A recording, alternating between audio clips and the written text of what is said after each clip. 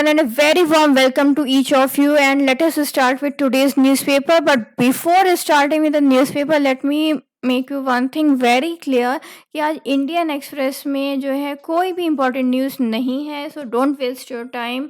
और हिंदू में भी हार्डली 2-3 न्यूज़ ही है जो कवर करनी है, and that we are going to cover in this video. और जो भी आपका टाइम बचे वो आप क्या करना है, आपको अपने जो स्टैटिक पोर्शन है या फिर जो डायनेमिक्स पोर्शन है उनको कवर करने में लगाना है। ओके। और आप इजीली जो है पीडीएफ डाउनलोड कर सकते हैं। कहाँ से? That is from a website. And now let us start with the news. और Australia ends Hong Kong extradition treaty. So extradition treaty क्या है, इसको समझ लिया जाए। देखो, एक्सट्रेडिशन ट्रीटी क्या होता है? Basically related to between the two countries या फिर मल्टीपल कंट्रीज़ के साथ साइन होती है। जैसे इंडिया ने किसके साथ साइन कर लिया? दुबई के साथ भी साइन कर लिया, सऊदी के साथ भी कर लिया, फिर ऑस्ट्रेलिया के साथ भी कर लिया और ब्रिटेन के साथ भी कर लिया है। तो ऐसे मल्टीपल कंट्री के साथ एक्सट्रेडिशन ट्रीटी है। तो इसमें होगा क्या कि अगर कोई क्रिमिनल एस्केप करके जाता है, ब्रिटेन गया, जैसे माले ब्रिटेन गए, तो एक्सट्रेडिशन ट्रीटी के अकॉर्डिंग इंडिया की पुलिस जो है वहाँ पे जा सकती है और उन्हें वापस भी ला सकती है। ओके। ऐसे यहाँ पे कोई गया क्रिमिनल, तो दुबई में कोई गया, तो इसी तरह यही प्रोसेस हो सकता है। और इससे क्या होगा कि वो जो वहाँ की गवर्नमेंट जो है वो मना नहीं कर सकती है कि हम वो क्रिमिनल को लौटाएंगे नहीं। सो अब क्या है कि अगर दोनों कंट्री के बीच में एक्सट्रेडिशन ट्रीटी एंड हो जाती है, तो अगर कोई वहाँ पे एस्केप करके गया, तो वहाँ की गवर्नमेंट जो है जहाँ पे एस्केप करके वो गया है, तो वहाँ की गवर्नमेंट रिटर्न करने से उस क्रिमिनल को मना कर सकती है। तो सेम थिंग हैपेंड। अब ऑस्ट्रेलिया ने हांगकांग के साथ जो है एक्सट्रेडिशन ट्रीटी एंड कर दी है। और अगर कोई हांगकांग पर्सन सिटीजन ऑस्ट्रेलिया जो है रन करके जाता है, एस्केप करके जाता है, बिकॉज अभी हांगकांग में बहुत ज़्यादा ऑपरेशन चल रहा है। चाइना का जो न्यू सिक्योरिटी लॉ लाया है, इसके अकॉर्डिंग जो है वहाँ की फ्रीडम एकदम से रेस्ट्रिक्ट हो गई है। और even internet, social media, right to express something जो है वो एंड हो चुका है। और अगर कोई करता है इसको वायलेट, तो ऑफ कोर्स उन्हें जेल टर्म सहना पड़ सकता है। ज़्यादा वायलेशन हो गया तो इवन डेथ सेंटेंस भी झेलना पड़ जा सकता है। सो ये सब चीज़ें हैं। तो ब्रिटेन ने भी, अगर आपने प्रीवियस वीडियो में या प्रीवियस न्यूज़ पेपर में पढ़ा होगा कि ब्रिटेन पासपोर्ट ओवरसीज होल्डर्स जो हैं उनको जो है अम, अ, कहा है कि वो आ सकते हैं ब्रिटेन और उन्हें सिटीजनशिप मिल सकती है। इसीलिए इस तरीके से ऑस्ट्रेलिया ने जो है वीज़ा को जो है वो एक्सटेंड कर दिया है, लगभग 5 इयर्स का एक्स्ट्रा वीज़ा कर दिया है। परमानेंट रेजिडेंट्स हो सकते हैं वो ऑस्ट्रेलिया में, और फ्यूचर स्टूडेंट वीज़ा भी प्रोवाइड करने को करा है जो कि 5 इयर्स का होगा। तो ये चीज़ें बहुत ज़्यादा क्रिटिसाइज़ करा है बेसिक में, दैट इंटरफेरेंस हो रहा है इंटरनल अफेयर्स में। एंड अगर देखा जाए तो जो है biggest customer of for Australian export है चाइना। सो इसके बावजूद भी ऑस्ट्रेलिया ने इतने स्ट्रिक्ट मेजर्स लिए हैं, एंड लगभग दोनों कंट्रीज़ में 235 बिलियन का ट्रेड भी हो रहा है। बट ऑस्ट्रेलिया करना क्या चाहता है, क्यों देना एंड करना चाहता है एक्सट्रेडिशन ट्रीटी, क्यों हांगकांग के लोगों को अपने यहाँ लाना चाहता है? उसका रीज़न ये है कि जो है देखो, ह्यूमन रिसोर्स है।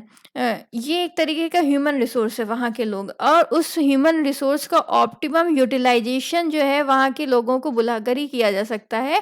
और ऑस्ट्रेलिया जो है इस तरीके से अपने कंट्री के ग्रोथ में जो है हेल्प करवा सकता है वहाँ के लोगों से। Okay.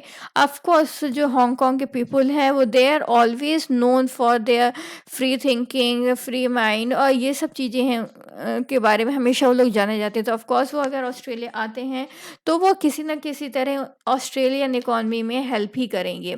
So this was their basically the main reason to give the to end the extradition treaty. Okay.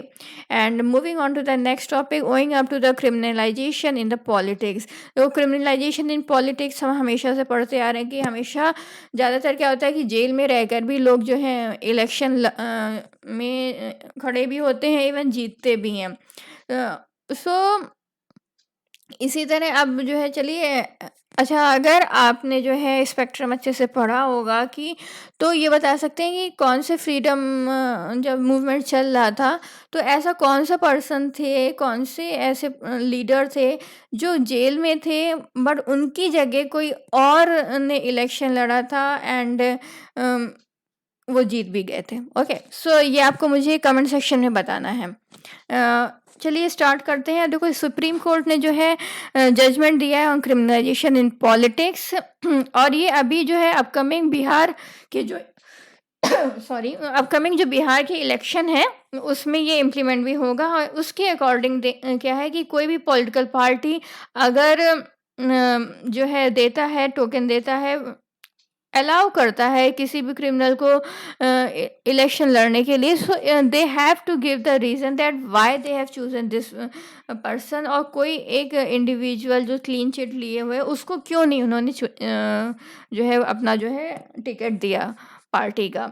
Okay, सो अब रीज़न देना पड़ जाएगा और if political party fails to comply तो वो कंटेम्प्ट ऑफ द कोर्ट माना जाएगा। अर्लियर क्या बोला गया था, क्या इलेक्शन प्रोविज़न में था कि ईच कैंडिडेट जो है अपने एफिडेविट में शपथ लेंगे कि उनके फाइनेंशियल डिटेल्स क्या हैं, उनके क्रिमिनल केसेस कितने हैं और ईच कैंडिडेट इन्फॉर्म करेगा पॉलिटिकल पार्टी को, इन राइटिंग में लिख के देगा कि उसके खिलाफ कितने क्रिमिनल केस चल रहे हैं। ओके, और फिर वो पार्टी जो है shall put up its on the website या फिर अपनी वेबसाइट पे अपलोड करेंगे और जो है सोशल मीडिया में भी सर्कुलेट करेंगे, even in the newspaper. So why this thing needed? Okay, supreme government court ने क्यों इंटरफेयर करा कि ये चीज़ होनी ही चाहिए? देखो अब आप खुद देखो, 2004 में कितने थे? 24% मेंबर्स थे जो कि क्रिमिनल बैकग्राउंड से थे। ओके, या फिर उनके क्रिमिनल केसेस पेंडिंग चल रहे थे। 2009 में देखा जाए तो ये कितना हो गया? 30% हो गया। 14 में फिर 34% हो गया। 19 में ये 43% ऐसे कैंडिडेट हो गए जिनके अगेंस्ट क्रिमिनल केसेस चल रहे हैं।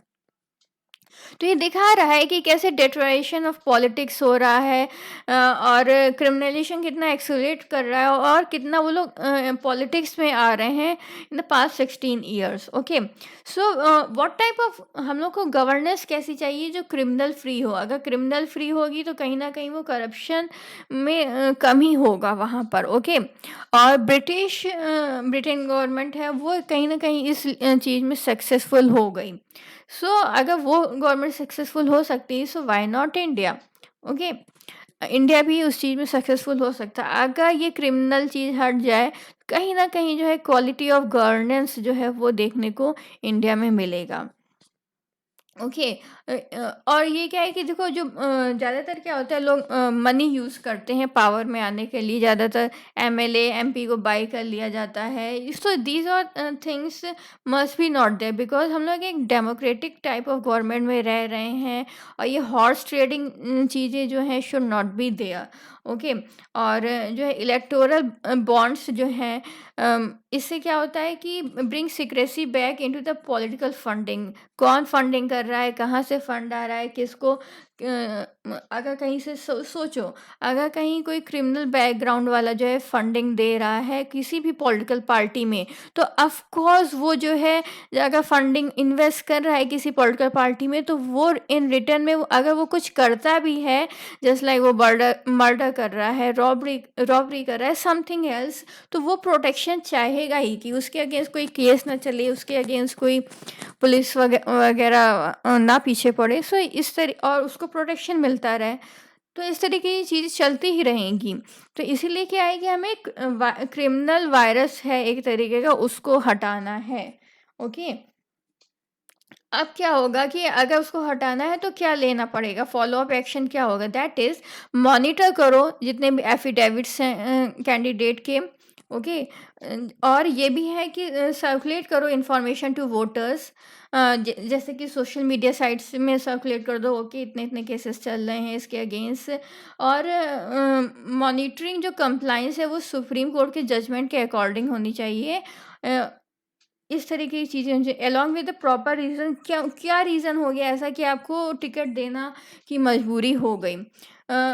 एक ये बोलना कि वो विनेबिलिटी, ये कैंडिडेट विन कर सकता है, ये रीज़न नहीं हो सकता है। ओके, और कौन सा misuse of money, gifts and other जो भी है इलेक्शन टाइम में, इसके लिए भी वोटर्स को विजिलेंट होना चाहिए और रिपोर्ट कर देना चाहिए तुरंत इलेक्शन कमीशन को। Okay, moving on to the next topic, that is Australia's inclusion in Malabar exercise, and this is the last topic. Okay, इसके बाद कोई भी टॉपिक नहीं है, चलो जल्दी से कवर कर लेते हैं।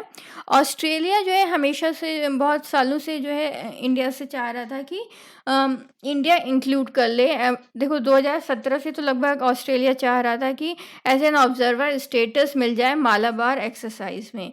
मालाबार एक्सरसाइज पहले है क्या, ये समझते हैं। ये देखो, ये एक्सरसाइज लगभग 1992 में बिगिन हुई थी, और इंडिया और यूएस इसमें 2 कैंडिडेट थे जो कि आपस में जो है एक्सरसाइज करते थे। ओके, इसके बाद जो है जापान इंक्लूड हो गया। अब जापान के इंक्लूड होने के बाद अब ऑस्ट्रेलिया भी चाह रहा है इस एक्सरसाइज में इंक्लूड होने के लिए, एंड अगर ये इंक्लूड हो गया तो क्वाड कंट्रीज़ हो जाएंगे जो कि एनुअल वॉर गेम्स में पार्ट ले रहे हैं।